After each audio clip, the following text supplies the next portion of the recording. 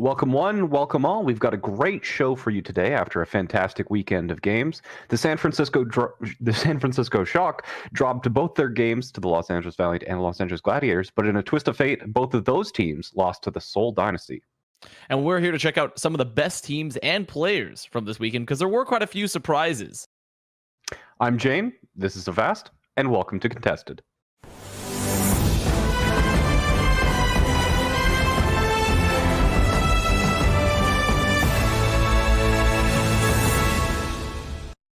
What's up, guys? Welcome back. We are once again not in the Frontier Communications studio in Dallas, Texas. Instead, we are in our respective apartments, and there seems to be no end to that order in the foreseeable future. But whether you're watching us live on Twitch, Twitter, or YouTube, or on your favorite podcasting platform, welcome, and hopefully you guys enjoy today's show.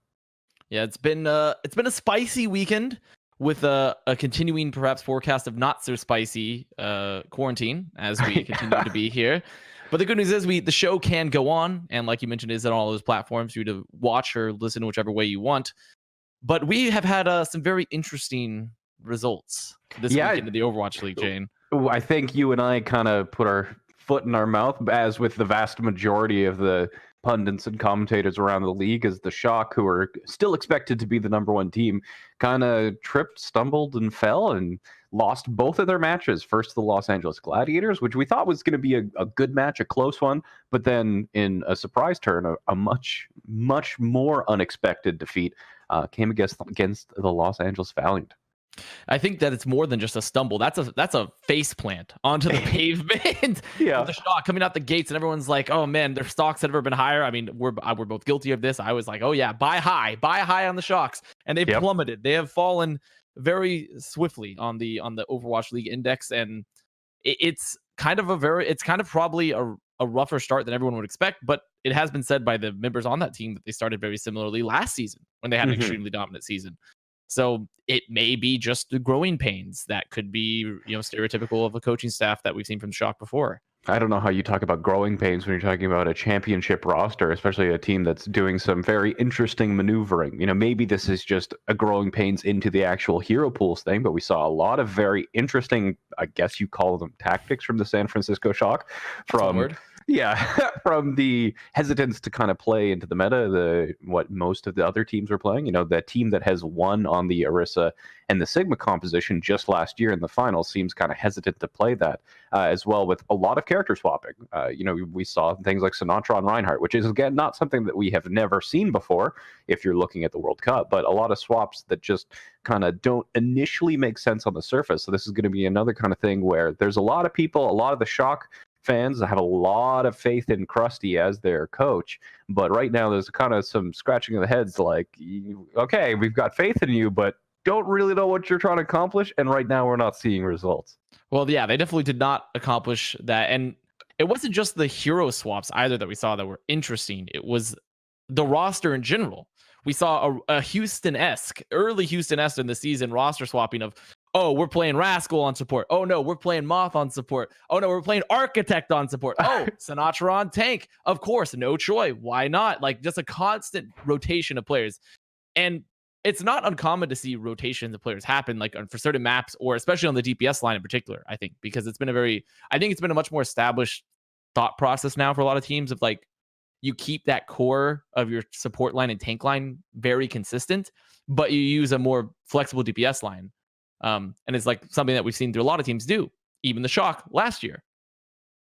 But this weekend, it was taken to a little bit of an extreme, and it does kind of actually. It was. I saw some comments on Reddit, and I actually very much agree with them in more ways than one. Actually, they're talking about how they kind of look more back towards Season 1 Shock, where Season 1 Shock kind of looked, really all over the place, and they also were.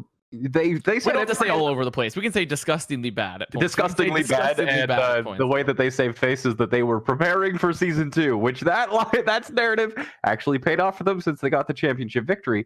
But with Brad Seffi helping the San Francisco Shock build their roster, this is also something very similar to the mentality that they had during Season 1 Shock, which was that they could have like all of these DPS players, because they were extremely mechanically talented, and they didn't really need tank specialists or support specialists because those roles could be learned. It's that there was this kind of feeling that the players themselves, the players' mechanics, the players, the teamwork, coordination, communication, all of that was vastly more important than individual comfort and competence on heroes.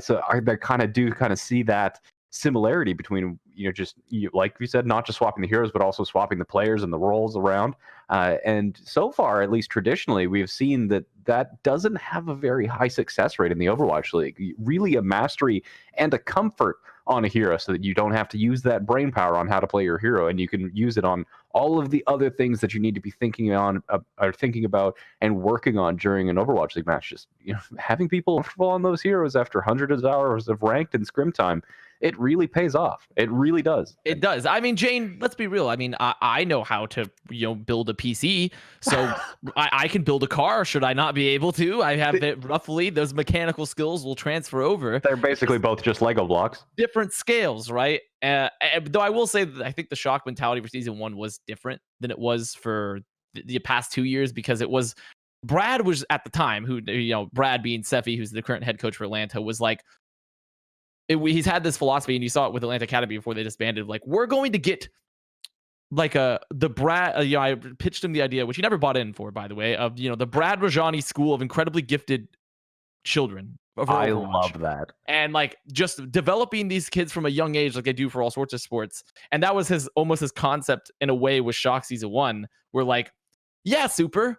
You'll play flex support and you'll play off tank. Oh, and Baby Bay, yeah, like your main tank right up your alley. Like, getting all these players be like, they can just do it all. And it's like, well, not quite. There's only so much space in the head to learn. And also there is the benefit of, like, when you're first learning a skill, particularly when you're starting a game, you're probably going to specialize in some way, even if you have like a good mechanics all around. Mm-hmm. So you're not going to know every mindset and every role quite the same way. It's just not possible really to have that mastery. And if it is, that person's like the first $1 million contract in Overwatch. Yeah, absolutely. It's just, there are a limited number of hours in the week and practice time and just mental energy in a day in order to learn. And you really, at this level, absolutely need a person putting their full effort towards what they are actually going to step onto the stage and perform with. So yeah, it's an interesting approach. It's, the other kind of disappointing thing about the league so far is that we have so few data points that we can't really identify a trend.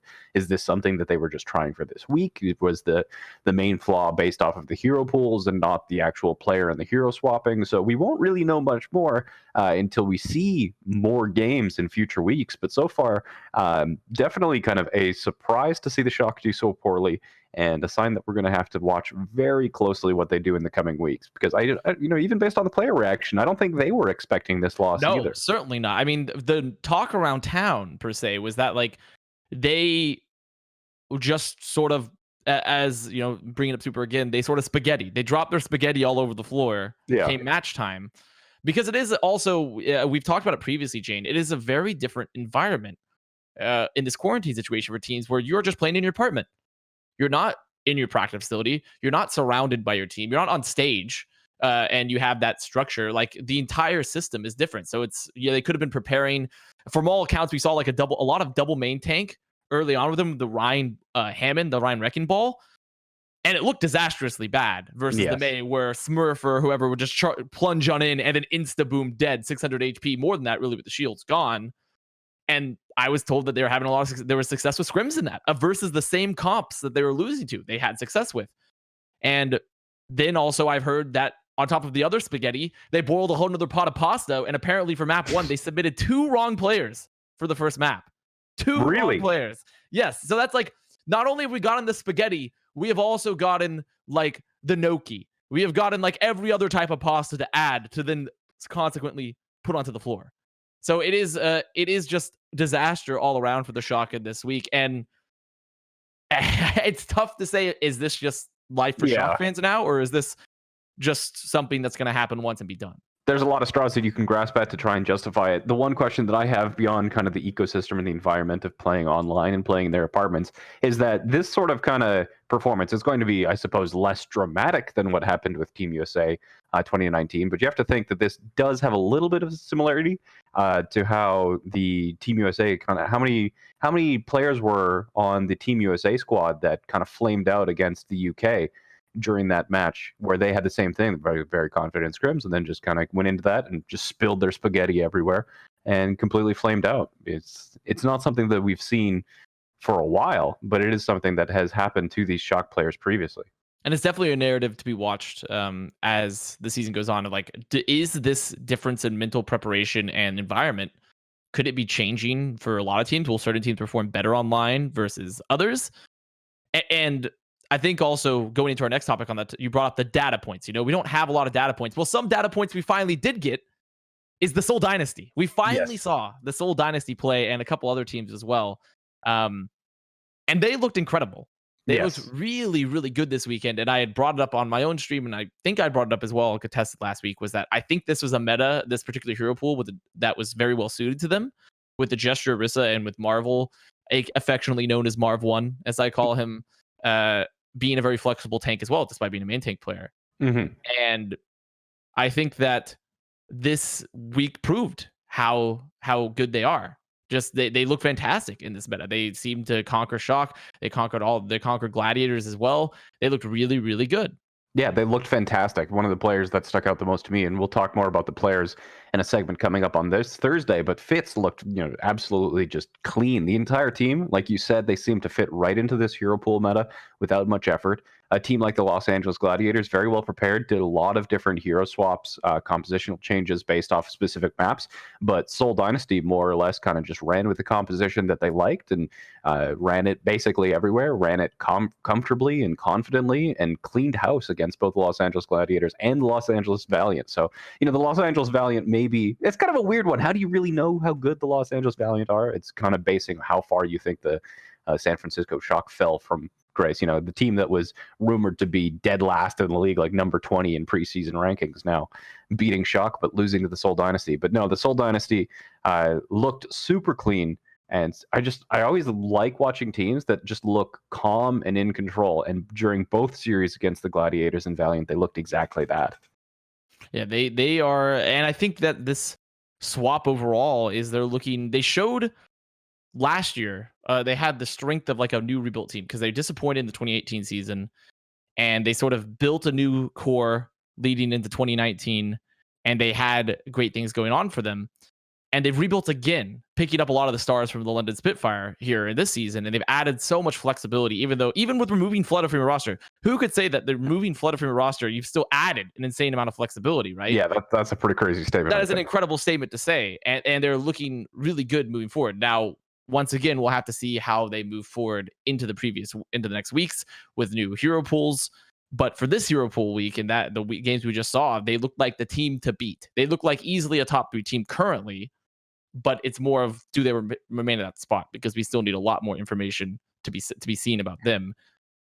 And unfortunately, we're not actually going to get that information because Seoul Dynasty doesn't play for the next 2 weeks. So we've actually seen pretty much the last of them until week 12. So they had that domination. They're back in Korea. A lot of the other teams going to Korea as well to join them for that, a little bit of a safer practice facility, I suppose, than what's going on in the US. But yeah, Seoul Dynasty coming out of the gates just took 2 pretty high-priced scalps, especially with their recent victories. And then they're going to kind of disappear back into the ether until they reemerge in a different hero pool, probably a different Overwatch League as well, with all the changes to the divisions. So they kind of got their 2 victories, and they're going to fade away until we see more and try and figure out, there's so many trends and storylines that are just starting to emerge, but none that we can really definitively say whether or not they are going to be, looking towards playoffs. Are there any teams here that we can really, truly, distinctly say are playoff level teams at this point in the league right now?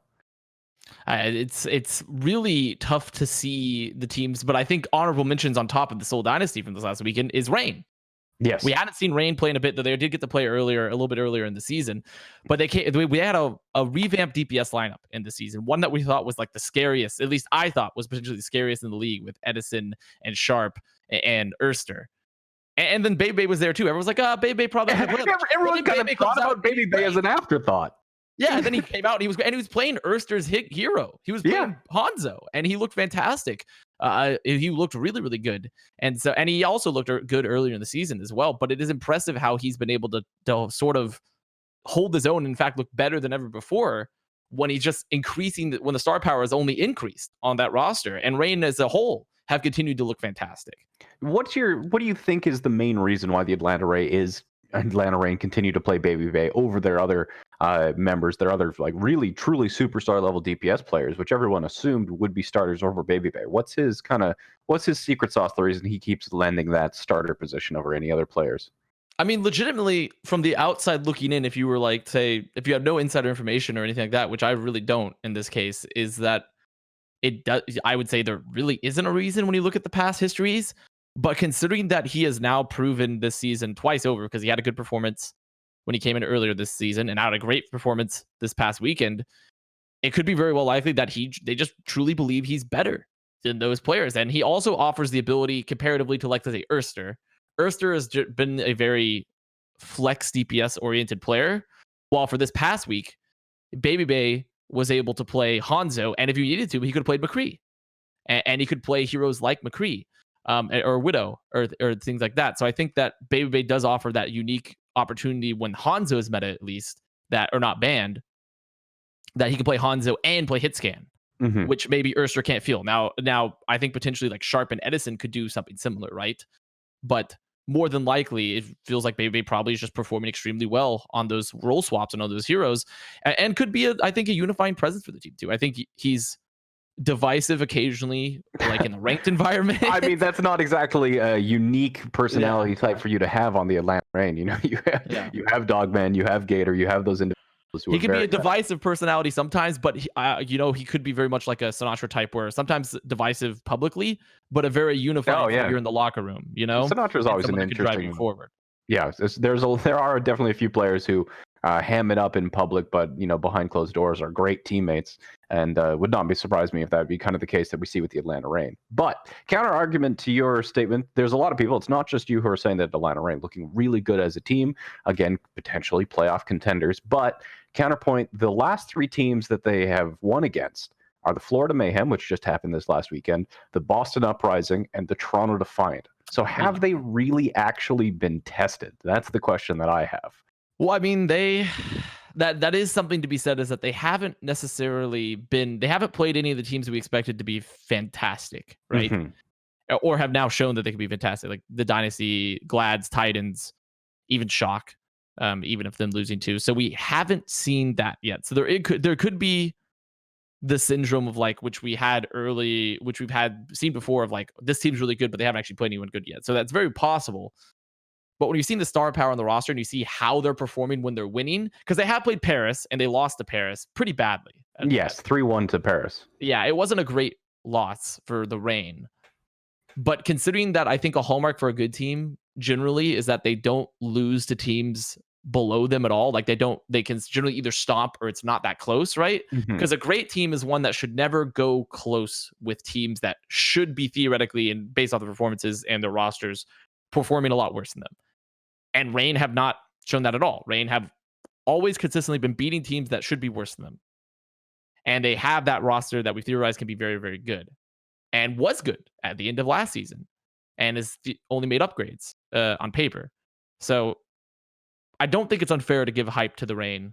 I think the Reign are a force that continue to be built upwards and have just room to grow, because having such a flexible DPS line, and I think we're talking so much about the DPS, but the tank line, Gator, Hawk, even Fried, they are fantastic. Gator and Hawk are sort of the chosen NA tanks, because NA tanks are a very rare breed to find. Good ones, especially. Good ones in particular.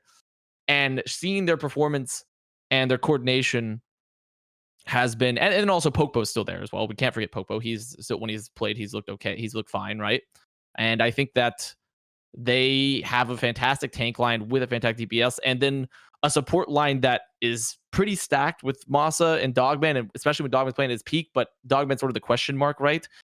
And there's just no reason to doubt this squad since they've given nothing to say they aren't top other than losing to Paris. But Paris is looking also to be like a top 3 team. So it's looking pretty incredible so far. So last question before we move on to talking about the Chinese teams then. The next game that the Atlanta Reign play against is going to be Philadelphia Fusion. Not next weekend, but the weekend after that. Philadelphia Fusion, again, another really strong team that we've seen in the league so far. Do you think they're going to have enough in the tank to take them out, or are they going to kind of be that middling, maybe bottom half of playoffs team? You have your own thoughts on the Philadelphia Fusion. I'm extremely biased when it comes to the Philadelphia Fusion. I also have my own thoughts. Yeah.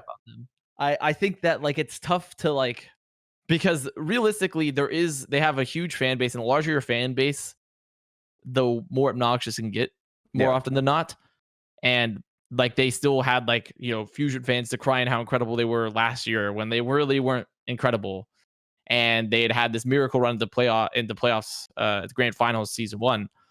But this year they've added all these other stars and stars from other teams like Astro and Alarm, which was their academy team, obviously, in Fury. And they're looking really, really good still. They are.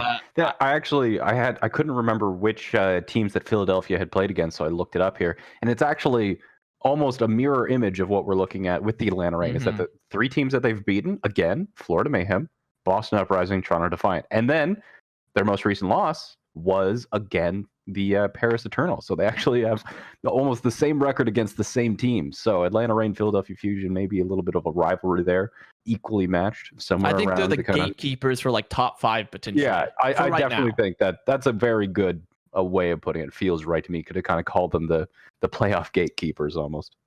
Yeah, I think that there's just so much potential there, especially when Carpe is just on fire in particular, now that he's been unshackled from having to play tank heroes. I think that there is a huge amount of potential for them to go up.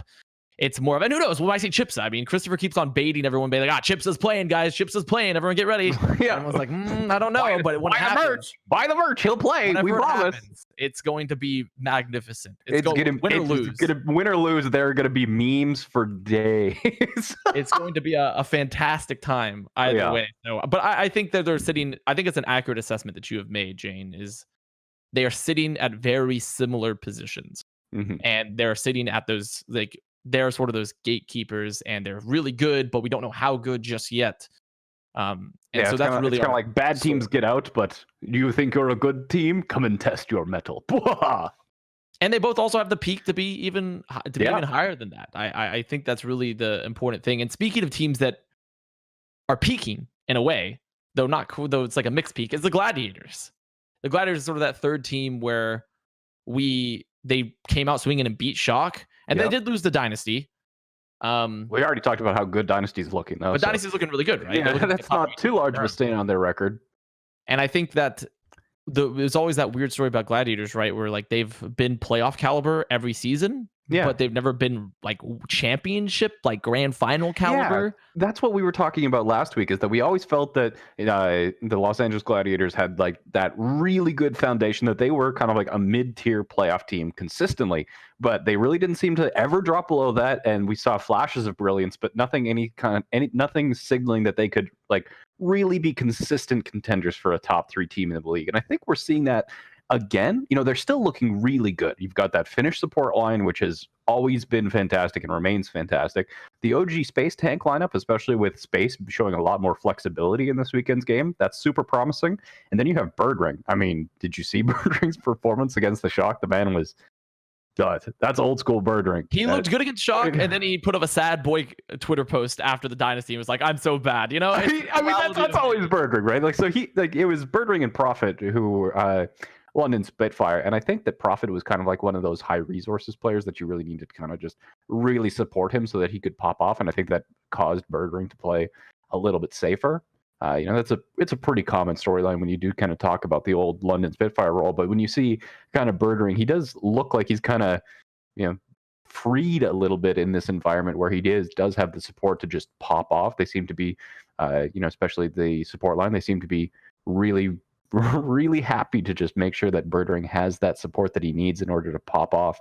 And then Mirror as well. Mirror had some good results on the Hanzo, especially on the Nepal map. But then once they got into those compositions, which again, I'm going to sing Curry Shot's praises anytime I can. But having those really specific compositional setups for each one of the different maps, specifically on Nepal, and then having the more of like a Chinese flavor of composition when you're having that really heavy kind of support the Doomfist composition, it worked really good, especially with Mirror's kind of feast or famine Doomfist style. Even when he did get slept, absolutely just if he got slept in the backline, it didn't really matter. They had the Brigida health packs there, they had the projected bubbles, and it caused enough chaos that Shock kept falling apart. Even if they did try and get those counters onto Mirror and the rest of the Gladiators. However, I think one of the weaknesses is going to come back to the hero pools thing, where pretty much the only time that the Los Angeles Gladiators played Mei was on Eichenwald at the choke between the second and the third point. Other than that, they were pretty hesitant to play Mei,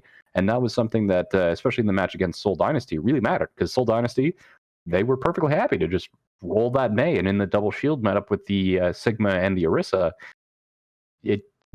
I mean, we talked about this in the pre-show, and I'll let you elaborate a little bit more. There's just no reason to be allergic to Mei. That's pretty much. There's no reason to be allergic. Shock had the same problem too. Shock didn't really play too much Mei. They played it a bit more on their second match, but really not a lot of Mei.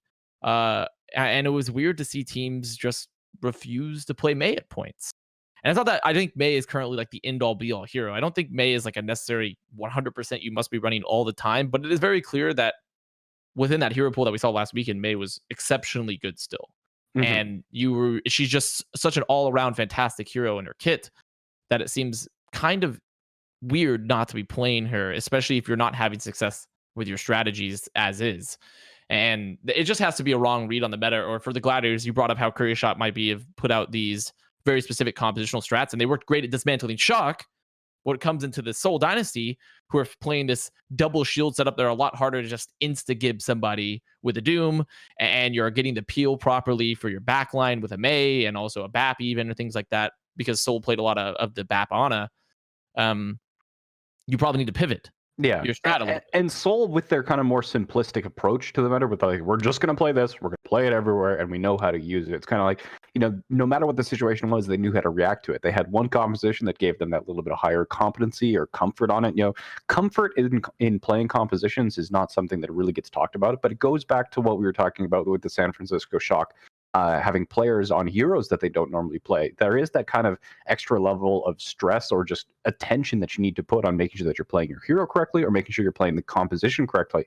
But the Seoul Dynasty's composition looked like a well-oiled machine. It didn't even look like there was much effort for them to react to whatever the opponents were trying to pull out. In this case, they just reacted more or less effortlessly to any of the kind of like high effort, unique or niche compositions or tactics that the Los Angeles Gladiators were working, and they couldn't find a crack in the Dynasty's armor. It was, and that's, I think, looping back to some narratives we talked about before the season had started, is that people, analysts and coaches had brought up, well, this could be what hero pools looks like sometimes, of like, you develop a very specific strategy, and players and coaches have also been very public about how practice is variable right now, even more so variable with the quarantines in effect within the US, and now different regions where people have gone back to Korea and China. Then you have your US region, right? And you could be playing a particular strategy all week, and you run into a team that is playing a strategy you've never seen before, and you're like, I don't know, like this, and then that's when you see these sort of matches that could happen where you just get a team gets stonewalled by one particular play style. But the counter argument to that is that this is why coaching is so much more important than it was before, because it's all about teaching the flexibility and the ability to pivot around new strategies and understanding that basic fundamentals of composition and Overwatch, to where if you're running against a new strategy, you can adapt on the fly, even if yours is getting counter-stratted. Yeah, there's a very high possibility for teams to be kind of overcoached or overprepped, especially since the likelihood of you running into off the book composition, kind of like, in the middle of the GOATS meta, if somebody pulled out dive, it would have been like, well, we've never prepared for this sort of thing. But the chances of you as a team going into a composition that you have never practiced against You don't even know whether you're strong or weak against it, or how it reacts, or if you should swap or any of that. Like, it's really high. So having these kind of more generic strategies instead of trying to specifically work on kind of map counters or compositional counters, just focusing on your gameplay. It's just focus on what you're doing, not what the opponent is doing. Maybe that's just a more optimal strategy because it's simpler and they don't have a lot of time week to week with all these hero bans to really prepare to the level that I'm sure these coaches in the Overwatch League actually want to. I'm sure a lot of the kind of like OCD or the really high attention to detail staff are going fucking crazy because they know that there's always more that they could be doing, could have done, but they just don't have the time. There's no way you're getting these teams to their optimal performance level in a singular week of not only just practice but also theory crafting. And like theory crafting in Overwatch is always super weak. It's really hard to tell how something is going to work just looking at the patch notes, just looking at paper. And I assume this is in other games. I haven't worked in other games that as high of a level as I have in Overwatch, but theory crafting only takes you so far. You really, really need that experience in scrims. And if you theory craft really wrong day one, it's cutting out like 25% of your time to prepare, and you're already behind the power curve. Speaking of theory crafting, some teams and regions that love to theory craft, we finally get to see play as well, which are the Chinese teams. We finally got to see the Chinese teams play in the Overwatch League this weekend, and we swiftly developed and I'd also brought up with you how there is a Nero was saying, oh yeah, Shanghai's looking great, and they come out swinging 3-0. I believe it was the Charge that they 3-0'd initially. Yes, the Guangzhou Charge. Yes, so they 3 them out right out, and then so this is from Nero's. That is Nero's team. Right? Nero. Yes. So maybe they're really good against the Guangzhou Charge, but not against the Chengdu Hunters. Because then they get 3-0'd by the Hunters. Because I'm not sure if we have a circle of suck or a circle of awesome, but all of the teams, just bashed their heads into each other, and everybody came out pretty much 50-50. One win, one loss. One win, one loss for everybody. China's colluding. It was just they just want to make sure the CCP just wants to make sure that there is no team that goes 0-40. Everybody gets everybody's equal. You get one win, you get one loss, everybody's happy, sort of thing. And it was an interesting start to the season for I'm sure the fans and the spectators, and even for myself as someone that views it as a sort of professional thing of what? Because one day I see them looking great, which isn't uncommon to sports. One day you look great, one day you look bad. But it was just a really odd, to start off right the bat. Everyone win, everyone lose once. Yeah, and I think the weirdest one, the most inconsistent, the strangest one, the one that I really can't get my finger on is the Hangzhou Spark. They won against the Chengdu Hunters in a game of 5. Some maps they look great, other maps they look lost, and then the same thing happened against the Guangzhou Charge. The team that kind of bombed against the Shanghai Dragons 0-3, they lost to that team 2-3 even after they beat Chengdu, and then Chengdu went on to 3-0 the Shanghai Dragons. So I think that the Hangzhou Spark are probably one of the really kind of weird outliers here, where we have no idea what their strength is, and their 2 game 5 matches really kind of messed with this. But yeah, especially with them just all playing each other and not having enough data points, we don't even know if this is a circle of suck or circle of awesome. The level of Overwatch, if I'm being honest, didn't really look like it was up to the par of something like what we saw from Seoul Dynasty, but it didn't look bad. It looked interesting more than bad. And I think Spark is a unique case where it wouldn't be unfounded to say they start out slow, because they came in with a lot of hype last season. A lot of people, and they were kind of meh. They didn't look great, and then they did fantastic towards the end of the season and made playoffs. So I think it's not necessarily unfounded to say they might just be a slow start team. Where they sometimes don't know exactly the direction they want to take. They might be swapping rosters, they might be swapping compositions, and it could be even compounded further this season by hero pools, because that adds even more indecisiveness, or at least directions you could be going as a team, and with rosters. So I think that isn't necessarily uncharacteristic of the Spark to be what happened with them and what are the decisions they're making. but the hunters were very characteristically hunters. Yes, if you're a Hunters fan, you're happy. Yeah, Hunters fans, you should be very consistent. Now we'll get into a little bit more, but Wrecking Ball is banned next week, so we will see what happens for Amon in particular, for the Hunters. But it just means he's going to pull out his Yoda Chad. Yeah, that is an option. Is that he just busts out as much as he is absolutely famous for that Wrecking Ball? It's not like he hasn't had success on Reinhardt previously. Maybe it'll actually rein in their. Do I get to call it ridiculous playstyle?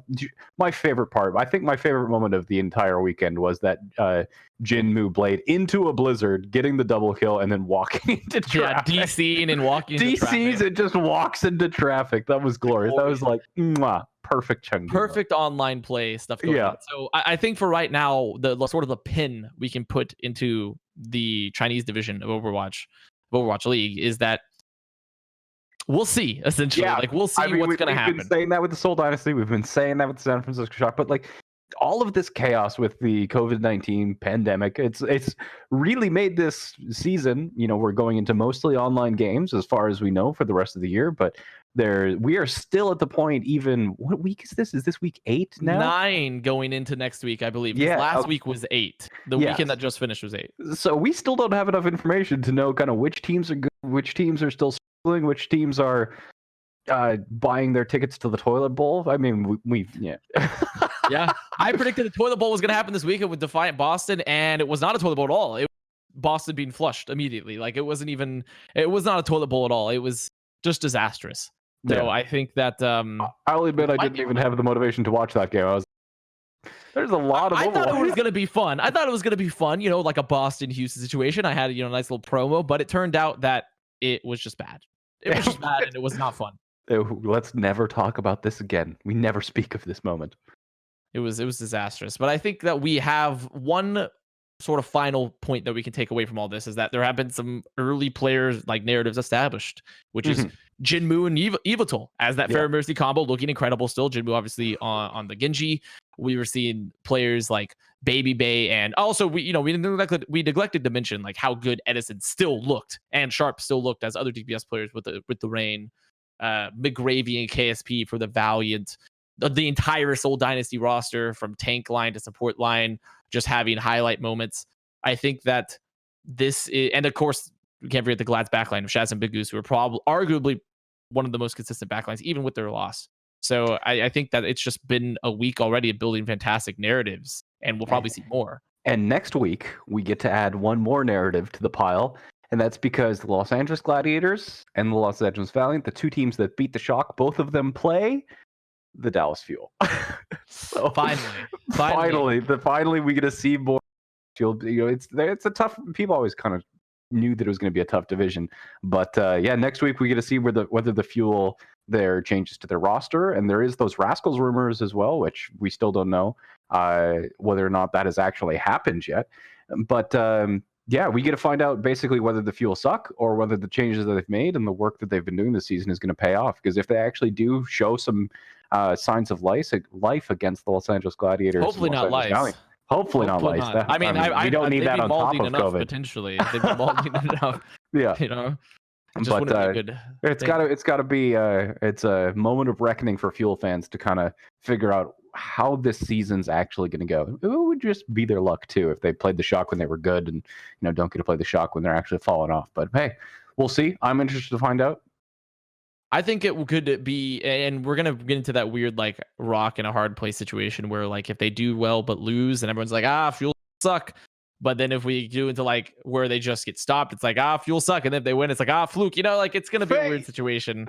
Yeah, either way. Those comment sections are always a hot mess, absolute disaster. I read them anyway. I don't know why, but but who knows? Maybe they could be really bad. Like we really don't know since we haven't seen them play yet for a while. Either way, it will be good to actually see them on the field. Maybe it'll be another circle of suck situation developing, just kind of like the Chinese teams are ending up in. But yeah, until we know more. You should definitely be sweating though if you're a Fuel fan. You should be sweating. Yeah, it's not going to be easy. That's for sure. But yeah, and then at the end, of course, the production has changed a few things, but our hero bands this week were picked by a cat. Hey, Netflix releases Tiger King Yep. Cat picks hero bans. We have ban The feline takeover is coming. tiger ban. And I think honestly, the cat did a better job than anybody else who's done hero picks or hero bans so better far. than Right? Sideshow for sure. Way better than Sideshow. So I think that it was an interesting way to do hero bans. I think it's very lighthearted, very esporty, you know. Kind of though it does bring into question of like, is our multi-million-dollar league selecting competitive integrity defining moments via cat? Like, I don't know. Like that, it is odd. It is odd, but I won't really say like, you know, we need some research papers on how random cat behavior is. Maybe they laced the May card with some catnip. I don't know what they're doing here. I hope they did. I'd be fine with that. I'd be totally fine with that too. I'd be fine with the rigging, rigging it for a particular result, and it would be interesting. But I do think that it's I think it's great that May was banned. Honestly, I think it's great that's May that banned, and but you sort of rolling into that as well, Jayne, is it just came out today. On top of the topic of like obviously changing formats, because on top of those hero bans, which were May, Brig, Hammond, and I think the final one, McCree, yes. Which drastically shifts the hero roster because we've seen a lot of May McCree anyways. A ton of May McCree. An insane amount. It's been a staple composition. Is that we're also now officially expecting for the Overwatch League to be online until further notice. Because before it was, okay, until April, homestands aren't happening. And now it's until further notice, everything's online, no homestands, maybe a grand finals, or maybe when it gets, you know, okay enough with COVID that we can return to that live format, which does change, I think, our outlook of the year. It does, absolutely. You know, it's one of those things where it's not like we are 100% guaranteed to be online for the rest of the regular season. It's kind of like, you know, until further notice, the matches are online. So as soon as this pandemic clears up or people are allowed out of their houses, please, you know, we are going to be playing these online matches. And I think that it makes sense. You know, the amount of rescheduling that the Overwatch League had to do in such a short period of time was pretty dramatic and honestly very impressive. But it does completely change kind of, you know, the esports ecosystem, especially when we were looking to be that first kind of city-based franchise league, and these home market areas, the homestands, were one of the kind of big selling points and the staples of this season. But now we're back to our roots, back to those more kind of traditional, you know, esports tournaments and competitions. And it's not also a problem that's only shared by Overwatch. Obviously, everyone's having these problems, and everyone in every esport currently, we're having broadcasters drop in and out of call left and right during cast, and solo casting happening, and funky audio, and the bringing up the whole competitive integrity of everything. Because it is something to think about, is that if, let's say, a year from now, whoever wins, are there going to be people saying, well, this season, just you guys winning the season just didn't count because it was all online and these teams got shuffled around all the time, and it was like, and maybe we just drop hero pools also after the season, because it's possible, because Jeff himself has said it's experimental, we'll see what's going to happen. Yep. And then like it just calls into question, like, is this a season that is more of a just a, well, you know, bygone, like it happened and it's a wonky season and it's sort of the forgotten spinoff of Overwatch League, and now we're back on track, right? Because we're back on live. Or is it going to be remaining consistent enough to where we can say, like, yeah, this is a very competitive season? I mean, these kind of seasons always happen in seasons where there's a little asterisk next to it. It's kind of like, you know, the Astros won in like 1940 asterisk is like World War II had something to do with it or something like that. You know, the only real big difference here, and it is quite a big difference, is the fact that the Overwatch League is so new that having an asterisk next to a season could hurt the potential future success. It also could potentially boost its popularity massively, you know, with all of the actual physical sports canceled and being unable to play at all, even in empty arenas. You know, maybe this is a time where esports actually does kind of break through to that mainstream, that when it does come back, that it's selling out stadiums all across the world, which, you know, it was already getting pretty close to doing that. So who knows, though? More things that we'll find out next year. And, you know, fanboys are going to fanboy and haters are going to hate. We're always going to have people throwing excuses and reasons why their team should have won. But it's just the way the cookie crumbles. And that's how you know esports has finally made it, right? Yeah, really. Is that like, no matter the esport, Overwatch 2, whichever game you might be, is that as long as certain fans are deriding that the winning team earned it unfairly, outside of like actual cheating, obviously, then nice. Like we're mainstream. Like this is it. We've hit everyone is making excuses like regular sports fans, and we're ready to go. Yeah, like it's a good place to be in. Okay. So last week we asked for your input. We were talking about the different approaches towards the Overwatch League bans and the Overwatch ranked bans, and we asked for your input about what you thought about there being two different approaches or paradigms to it from Blizzard, Team 4, and the Overwatch League, and you responded. So for this week's mailbag episode, I picked a comment from an individual named Drakenshar that I thought was pretty insightful, and I wanted to share with you. So Drakenshar says, this is the first time where it was generally just oh, wow. Words are hard. It's a good thing I don't get paid to speak. Exactly so. This is the first time where it was genuinely disruptive for me to watch all these ranked banned characters in Overwatch League matches. Having 6 characters banned in ranked and seeing them on stage is a lot to handle, especially because I use Overwatch replays to work on my own play. It was a little frustrating going back to ranked after watching a crazy long weekend of Overwatch League and having to completely reset my brain back to the ranked bans. That said, it would be nuts to have Team 4 doing these tests on the OWL stage to match it to ranked. So I hope one day they can balance Overwatch League and ranked so it feels less tangibly divided. Overwatch League and ladder will never really have the same level of play or metas though, so maybe it's too hard to balance that already. So this is a really good comment, and I like it because it's talking pretty much exactly what we were talking about last week, but it also illustrates that this individual is going to be a very, very small minority of the overall Overwatch player base. Not only are they a viewer of the show, which pretty much automatically makes you a hardcore Overwatch fan, but they're watching Overwatch League, they're playing ranked, and they're using Overwatch League replays to improve their own play proactively. So this person is like plugged in completely. And for these kind of people like you, me, and Drakenshar, yeah, these kind of change to the ban system is a little bit wonky and rough to deal with, especially when you have to keep changing frames of mind. But yeah, it's going to be disruptive for individuals like us, but less so for more casual residents. You had somebody in your mailbag as well, didn't you? I did. I fished them out of the mailbag. I mean, but it's also a similar sentiment to your comment, which we'll get to. But it was Thiago JV who said that they felt like they could keep the system as it is for the low ranks, but maybe change it for high ranks because of the arguments that we presented last week of like pros and high elo people maybe not keeping consistent practice between the ladder to the from the ladder from Overwatch League or even contenders formats.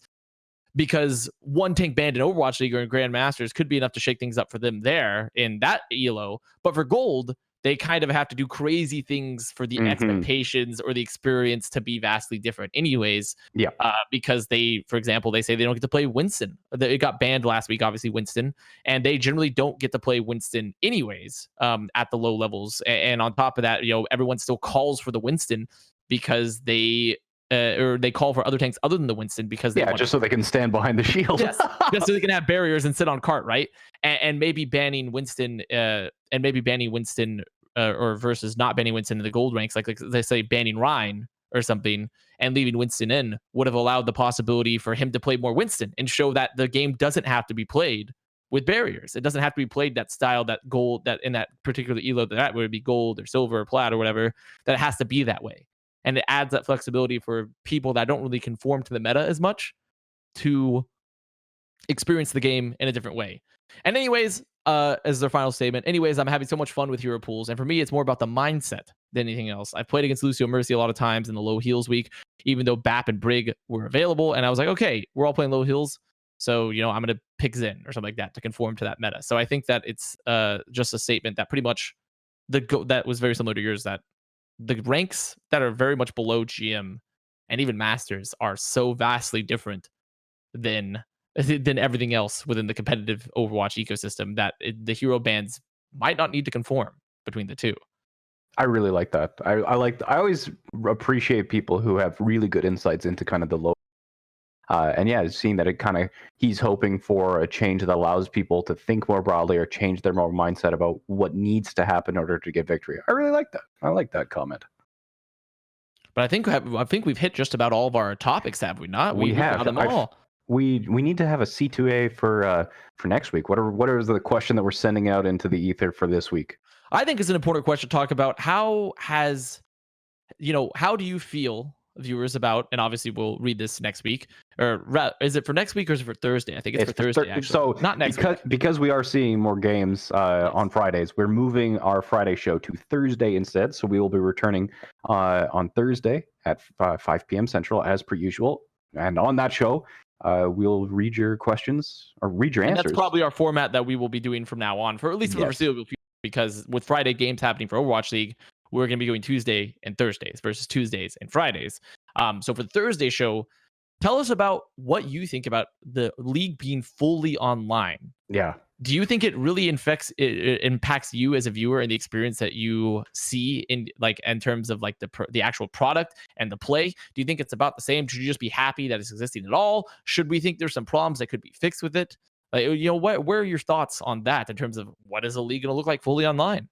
Yeah, and additionally, there's also been the commentary about just the production. And was it Hex? I think it was Hex. It was that tweeted, would you rather have no Overwatch League at all or scuffed Overwatch League? So let us know what you think about the online play that's happening in the Overwatch League indefinitely for the rest of the regular season. Who knows? And we'll answer or read out your answers to that question on our Thursday show. But that's it for today. We are unfortunately not in the Frontier Communications studio. We'll hopefully get back there soon, although it doesn't look likely. So for now, just Avast and I from our apartments in Dallas, Texas. I hope you guys enjoyed today's show, and we'll see you on Thursday.